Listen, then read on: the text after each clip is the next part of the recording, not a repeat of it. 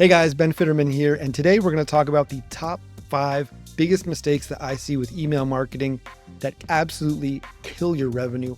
I've seen these mistakes time and time again over my past 5 years working with dozens of D2C e-commerce brands. So today we're going to jump into them so you can stop making those mistakes.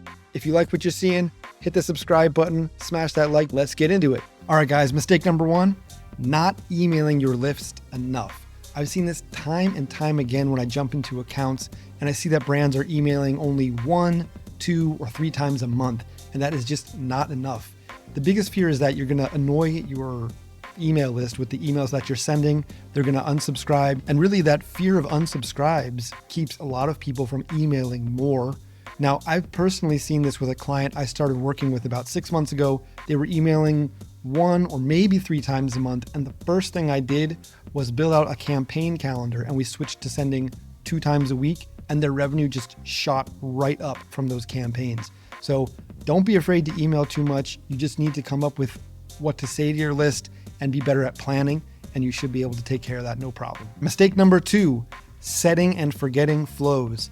Man, when I jump into accounts to audit them, the first thing I do, I go and check out the flows, and it is crazy what you'll find in these flows. Sometimes these things are 1, 2 years old, and when you start going in there, you're finding like skeletons, cobwebs, all sorts of crazy things. The links are broken. They have coupons that expire. Even worse, what I've seen a lot of times is that flow triggers are not set up properly, and many times people are not even getting the emails.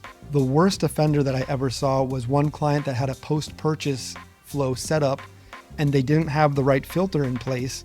And for 1 year, no one was getting their post-purchase email. And that was about 5,000 people that just never got upsells, cross-sells. No one got it. So my advice is to check your flows at least once or twice a year. Go through them, check that the links are working, check that the right products are there, look around, make sure everything's okay, nothing gross and crazy is growing in there, and you'll be all right. Mistake number 3, overcomplicating your segmentation strategy.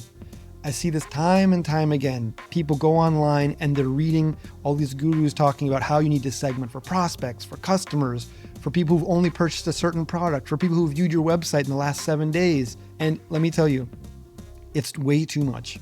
I've done this for the last 5 or 6 years, and really most of the time I'm sending my campaigns to people who have engaged with an email in the last 90, 180, or 365 days, and it works fantastic. The reason why people overcomplicate the segmentation strategy is because by making your segments much more hyper-focused and tailoring that copy to those segments, you're going to boost the conversion rate. Now, I did this last month with a client where we only split our campaigns into prospects and customers, and were very specific in how we wrote the emails. And after 1 month, what did I find? The conversion rate was the exact same as when we just emailed everyone who was engaged by clicks or opens, and the revenue actually fell by 30% because what we were doing was reducing the amount of recipients per month. I've never seen it where by segmenting better and writing better copy that you can actually boost your conversion rate to a point that it's going to pay off.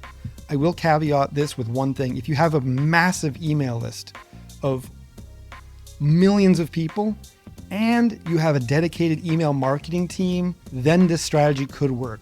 But if you're doing it all by yourself, do not get too complicated with your segmentation. Stick with an engaged group, 90, 180, 365 days. Don't make your life harder than it has to be. Mistake number 4, emailing the entire list. Guys, it's 2025. I cannot believe I'm saying this, but we still have people who send emails to the entire list. I'm talking about straight up sending an email to everyone on a list without removing people who haven't engaged, haven't purchased, who've been on their list for 2 years and never opened.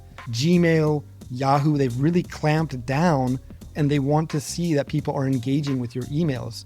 People who are clicking, who are opening, replying to your emails, which is basically like liquid gold for your deliverability. If you send emails to people and inbox providers like Gmail or Yahoo see people are not engaging with your emails, they're going to have a higher chance of sending it to spam or just outright blocking it from getting to the inbox.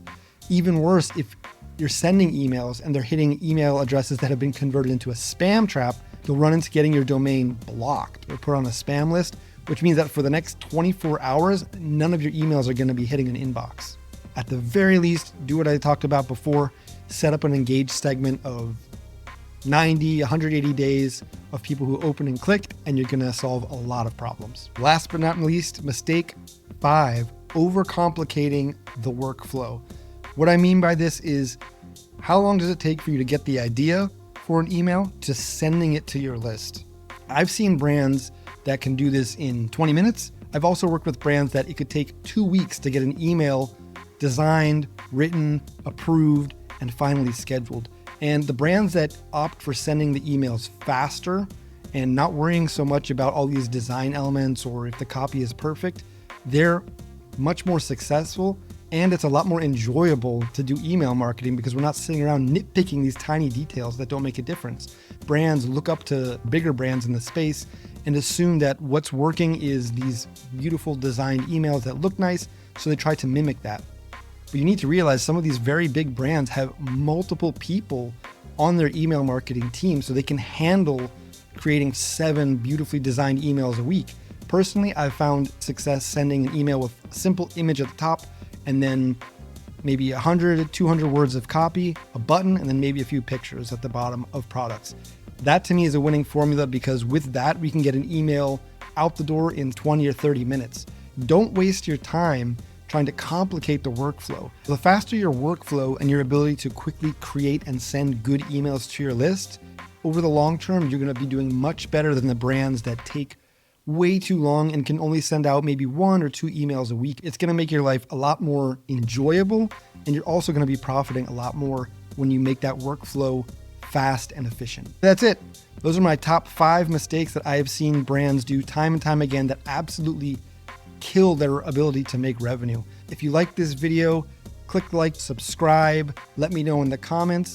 And if you're really struggling, feel free to reach out and we could talk about possibly working together. I'd love to help you out. All right, guys, I'll catch you next time.